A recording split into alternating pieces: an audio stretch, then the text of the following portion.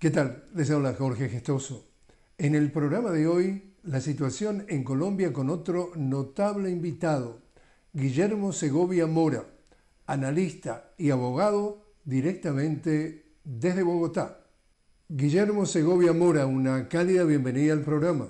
Muchas gracias. Guillermo, ¿qué es lo último que se sabe que está pasando en torno al estado de salud del senador y precandidato presidencial Miguel Uribe? Bueno, es un pronóstico reservado y con una expectativa muy triste en este momento porque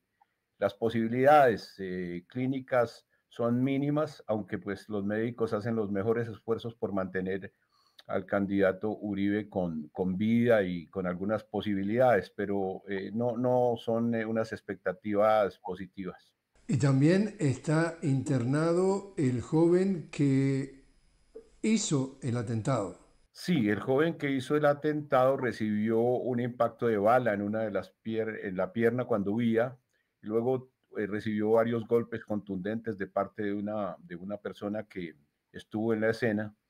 y está internado en recuperación y bajo el cuidado de un dispositivo muy importante de seguridad en la medida en que es el eslabón que las autoridades valoran con mucho mayor aprecio por las posibilidades que brinde información que pueda llevar al origen de ese atentado. Y respecto en general, el panorama, ¿qué es lo que está pasando en torno a este atentado? Eh, bueno, Colombia permanentemente tiene sobresaltos que están derivados de que somos un país inmerso en una situación de violencia que no obstante un reciente proceso de paz en el año 2016 con el contingente guerrillero más grande en ese entonces en América Latina, sobreviven otras situaciones como disidencias residuales de ese grupo y otras organizaciones de guerrilla que finalmente también han tenido vinculaciones con economías ilícitas. Tenemos una presencia fuerte de organizaciones transnacionales del narcotráfico y eso en un ambiente en que por primera vez ganó un gobierno de izquierda unas elecciones en un país que tradicionalmente había sido muy excluyente y muy cerrado, manejado por dos partidos tradicionales,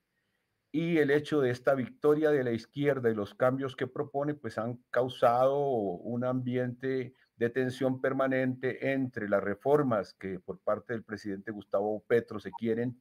imponer en el país, que tienen que ver mucho con retrotraer derechos que fueron perdidos por sectores de la población al imponerse el modelo neoliberal hace unos 35 años, y también algunas reformas de modernización, pero que cuentan con una oposición cerrada de partidos tradicionales y de sectores de derecha. Esa oposición se ha hecho sentir muy fuerte en el Congreso de la República, que es donde finalmente estos programas se hacen realidad a través de leyes expedidas por las cámaras. Y allí pues ha logrado el presidente en un inicio de gobierno buscando un frente amplio que algunas medidas tuvieran curso porque tenían interés casi de todas las colectividades, no obstante la diferencia, pero en las de fondo se ha encontrado con una obstaculización muy fuerte al punto de que la reforma tal vez una de las más importantes, la laboral,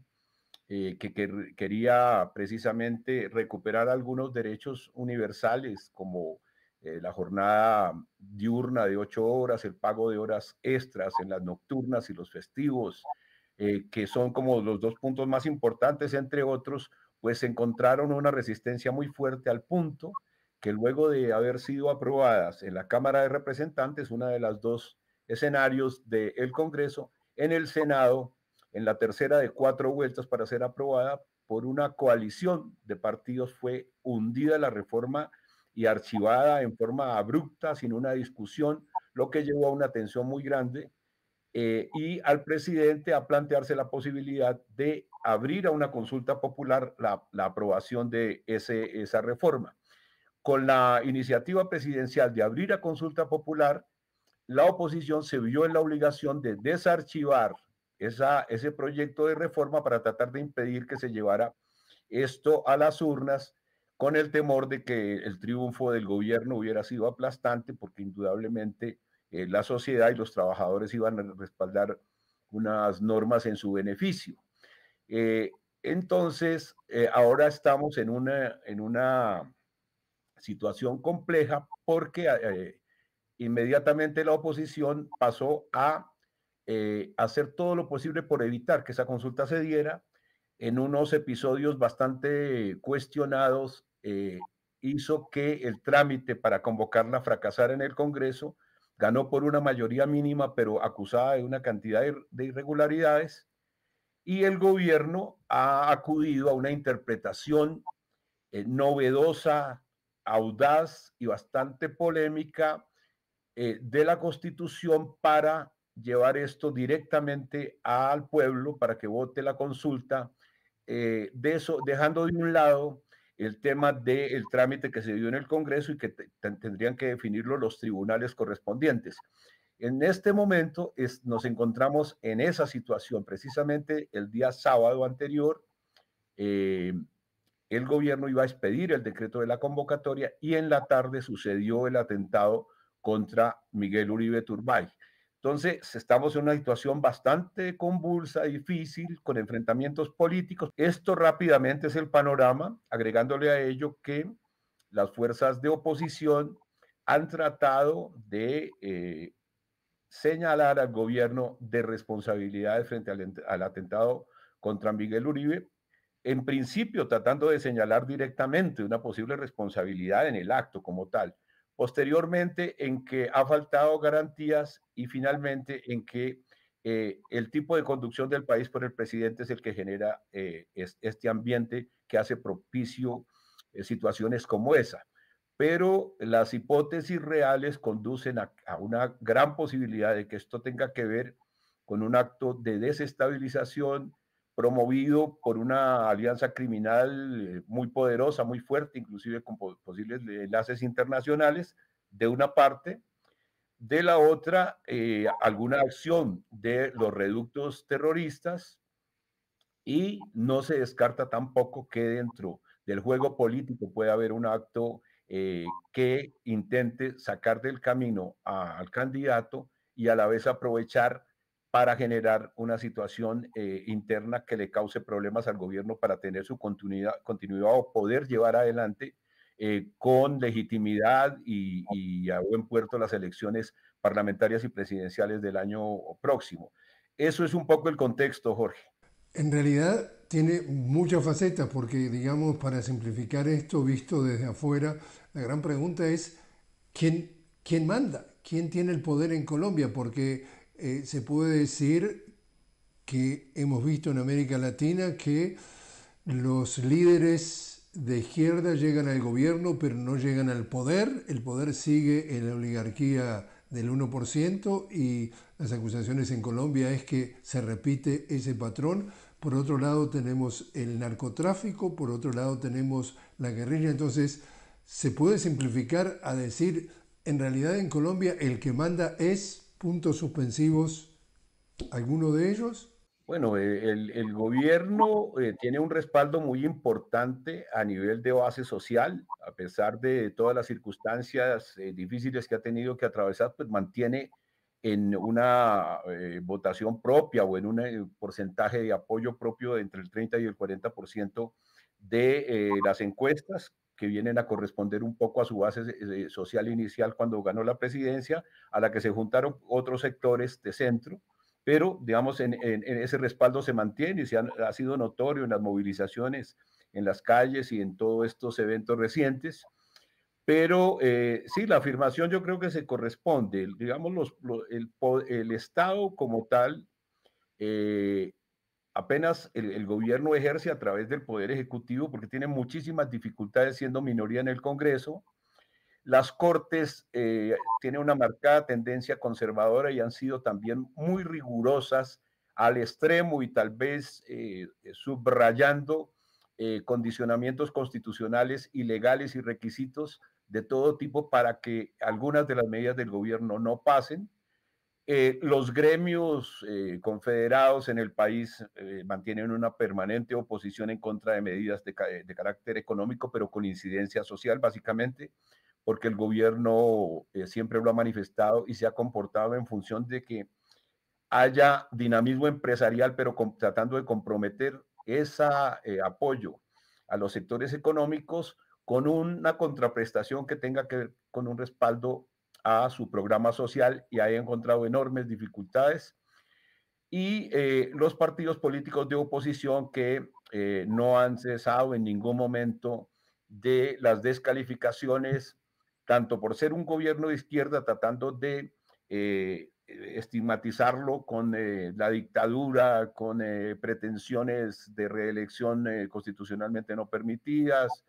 etcétera, pero además no tolerando el hecho de que en la presidencia de la República esté en este momento una persona como Gustavo Petro, que fue un luchador de izquierda a partir de haberse desmovilizado en un acuerdo de paz hace ya casi 30 años y que fue gestor de la Constitución que aún no rige, pero definitivamente recibe todo tipo de epítetos y de descalificaciones de todos esos partidos de derecha, y él, en la medida en que esto ha venido escalando, también pues es pugnaz, tiene un lenguaje fuerte, tratando de acentuar la necesidad de que la población se movilice en respaldo de sus propuestas y de las reformas requeridas y del proyecto político que él intenta sacar adelante. Entonces tenemos un ambiente muy convulso y un poder realmente difuso. Precisamente a raíz del atentado, lo que hemos visto es el intento de la oposición de deslegitimar al gobierno, de prácticamente anularlo como interlocutor, desconocerle la facultad que tiene de juntar a los partidos en función de tratar de buscar garantías para el proceso electoral que se avecina, y esto enturbia mucho más el ambiente. El Senado a la vez toma una decisión que indirectamente es un intento de golpe de Estado del legislativo al gobierno y nadie lo cuestiona, y es declarar que no sesiona cuando tiene que resolver problemas muy importantes, por ejemplo, qué va a pasar con la consulta popular, qué va a pasar con la reforma laboral, pero han decidido cesar en los momentos en que corren los tiempos previstos en la ley para darle solución a esas situaciones. Entonces, como puede ver, se conforma un ambiente que indudablemente intenta atrapar al presidente de la República, y la única alternativa que tiene es acudir al movimiento social y a los partidos de izquierda y al sector más amplio que lo respalda para tratar de, con la movilización social, compensar un poco ese estrechamiento de sus facultades que se le hacen desde estos sectores. Guillermo, necesito hacer una pequeña pausa. Estamos hablando con Guillermo Segovia Mora. Guillermo es abogado, analista e investigador social. Nos está acompañando desde Colombia sobre cuál es la situación tras el atentado contra el senador y precandidato presidencial Miguel Uribe. Enseguida regresamos.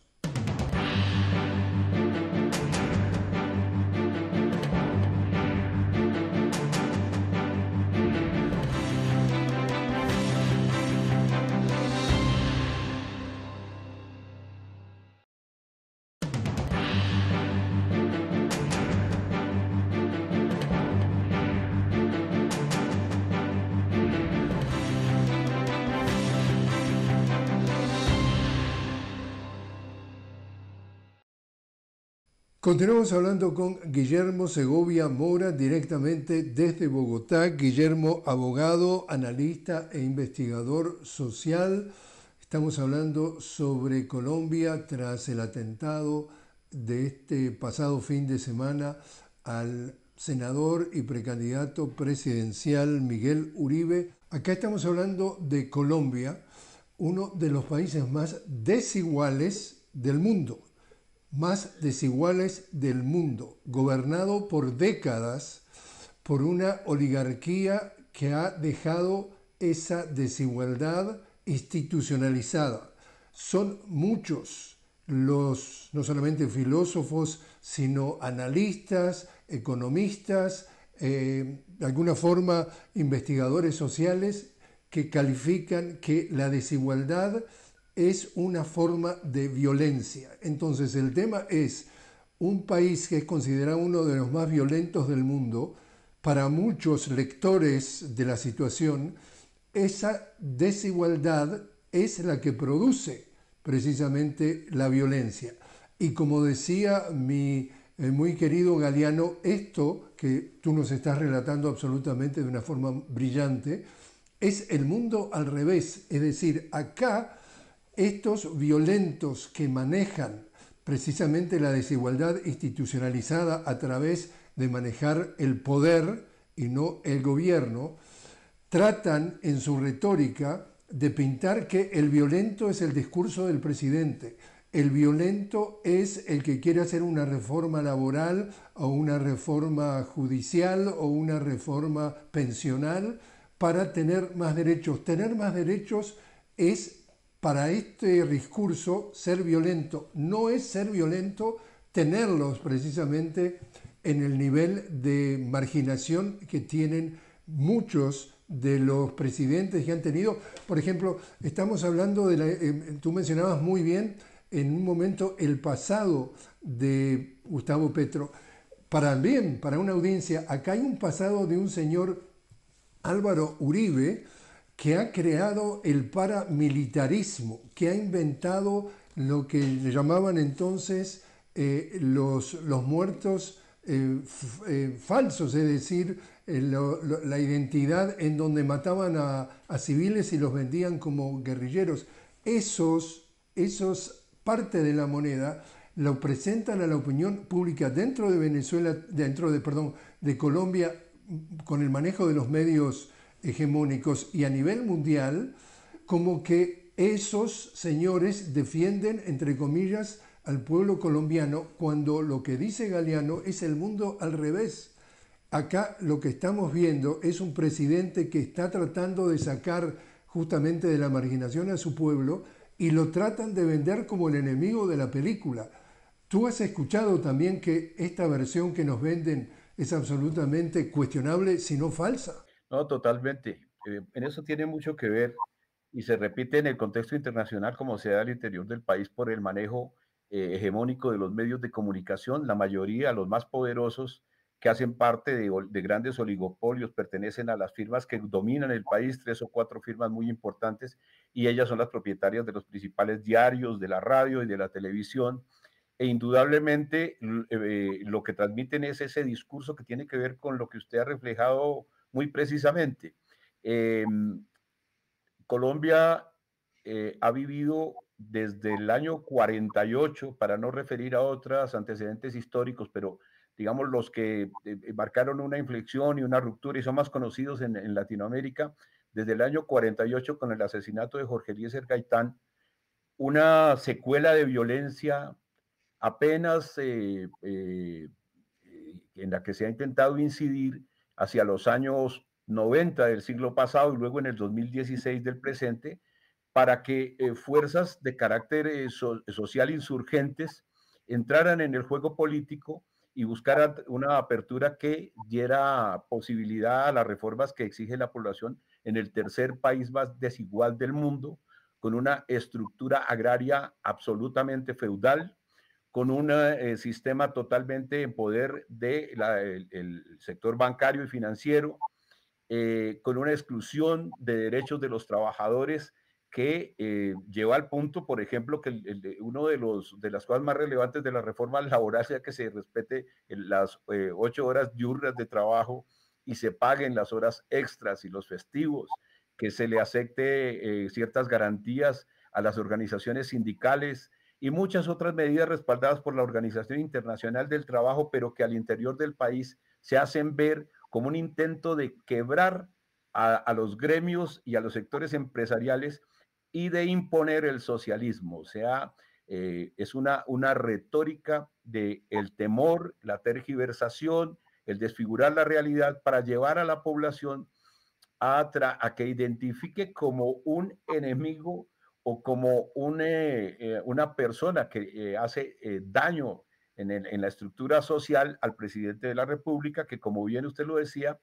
es una interrupción de ese modelo oligárquico, eh, corporativista que existe en el país, buscando un equilibrio social buscando espacios para que los sectores subalternos tengan algunas oportunidades de mejoría en su situación socioeconómica y que se presente una apertura política y democrática, que ha sido también un gran esfuerzo del gobierno por llevar a la población pedagogía respecto de sus derechos y que se haga consciente de que la democracia reside directamente en ellos como constituyente primario y no con esas delegaciones que se hacen a través de los partidos al Congreso, que finalmente, con algunas excepciones, están constituidas por sectores que están unidos a la corrupción, al clientelismo, a altos intereses, y que por eso mismo constituyen un dique muy, muy complicado de superar cuando se llevan allá los intentos de reformas. Entonces, es una violencia estructural que en algunos casos se ha tratado de aliviar por la vía de negociaciones políticas de paz, que es una política de silenciamiento de fusiles, pero que no necesariamente va al fondo, a la raíz, precisamente esas causales, y que se tratan de desdibujar a través de distintos discursos. Y cuando el movimiento social y estas situaciones que alteran la situación de convivencia y de relativas tranquilidades se han visto un poco tensionadas por la movilización social o por la actuación de otros factores, no ha tenido ningún inconveniente la oligarquía de este país y los sectores de los partidos políticos dominantes, la élite, en acudir a todo tipo de instrumentos de represión, como los que usted comentaba en este momento, el expresidente Álvaro Uribe, por ejemplo, que no es familiar de la persona que sufrió el atentado, pero pertenecen al mismo partido y podría ser eventualmente por quien opte Uribe como un posible candidato, dependiendo de lo que suceda con su vida. Eh, estas, expresidente está siendo juzgado no directamente por los hechos que lo involucran o lo señalan dentro de la creación del paramilitarismo y la muerte de más de 7,000 jóvenes en lo que se denominó falsos positivos, sino porque para tratar de tapar judicialmente esos hechos se cometieron otro tipo de delitos que los llevaron a comprar testigos, a distorsionar el proceso, y en ese momento está en el banquillo de los acusados esperando que hacia el mes de octubre se pueda proferir un fallo, pero con enormes dificultades porque el sistema judicial es utilizado de una manera muy engañosa para que poco a poco se venzan los términos y llevar el proceso a un posible archivo, que sería dentro de la costumbre colombiana, lo que aquí se llama la justicia es para los de Ruana, siempre lo que se castiga es la pequeña delincuencia surgida de situaciones socioeconómicas, ciertos delitos de menor impacto, pero los grandes delitos relacionados con corrupción, con violencia, con masacres, con toda esta estrategia de contención social, prácticamente quedan impunes o son relativamente castigados, dejando que pasen y pasen los años con una tolerancia social al crimen, con una población amedrentada de intervenir, porque la mentalidad que se ha creado en el sentido común es que la gente que muere es porque algo debe, por algo será que murió. Y este gobierno ha generado una ruptura en ese sentido, en la narrativa, en el discurso y en los simbolismos, tratando de que se quiebre en la mentalidad de la gente ese temor por sus derechos, pero que por los otros sectores y por la matriz mediática se quiere hacer ver es como un intento de insubordinar a la gente, en desestabilizar, en romper las reglas del buen acuerdo, en fin, en que se está atentando contra un sistema que es muy perfecto y apenas perfectible en algunos pequeños defectos, pero que no se puede tocar para no lastimar una oligarquía que prácticamente se estableció en el poder desde los inicios de la República, con la independencia hace más de 200 años, y que por primera vez es cuestionada de fondo, y esto es lo que demuestra todo lo que está pasando Ahora, y me quiero referir como un caso particular para ejemplificar esto, que la persona que realizó el atentado contra Miguel Uribe es un niño de 14 años que actuó como dentro de esta categoría que se llama el sicariato, que es una escuela en el país, mediante la cual a menores de edad se les paga unas cuantiosas cantidades para que elijan esta forma de enriquecer o dejarle algo a sus familias o ellos mismos y arriesguen su vida, a veces con conocimiento de causa de que van a morir en el intento, pero son menores de estratos populares sin ninguna ilusión, sin ninguna posibilidad y solo atraídos por una cultura que aquí se denomina la cultura traqueta y es el anhelar las grandes marcas, los lujos y pretensiones que están por fuera de las posibilidades de los estratos bajos y que llevan a estos muchachos desafortunadamente provenientes de familias con problemas de estructuración, siempre en la marginalidad, en la indigencia, a que sean utilizados de esa manera criminal e inhumana para estos propósitos que, aunque en este caso no hemos delimitado muy bien de dónde provienen, siempre tienen que ver con generar una situación de desestabilización para poder mantenerse en sus negocios, en el poder, determinando hacia dónde va el rumbo del país, desafortunadamente en perjuicio de las mayorías de la población. Guillermo Segovia Mora, muchísimas gracias por haber estado con nosotros. Muy amable, Jorge. Muchas gracias.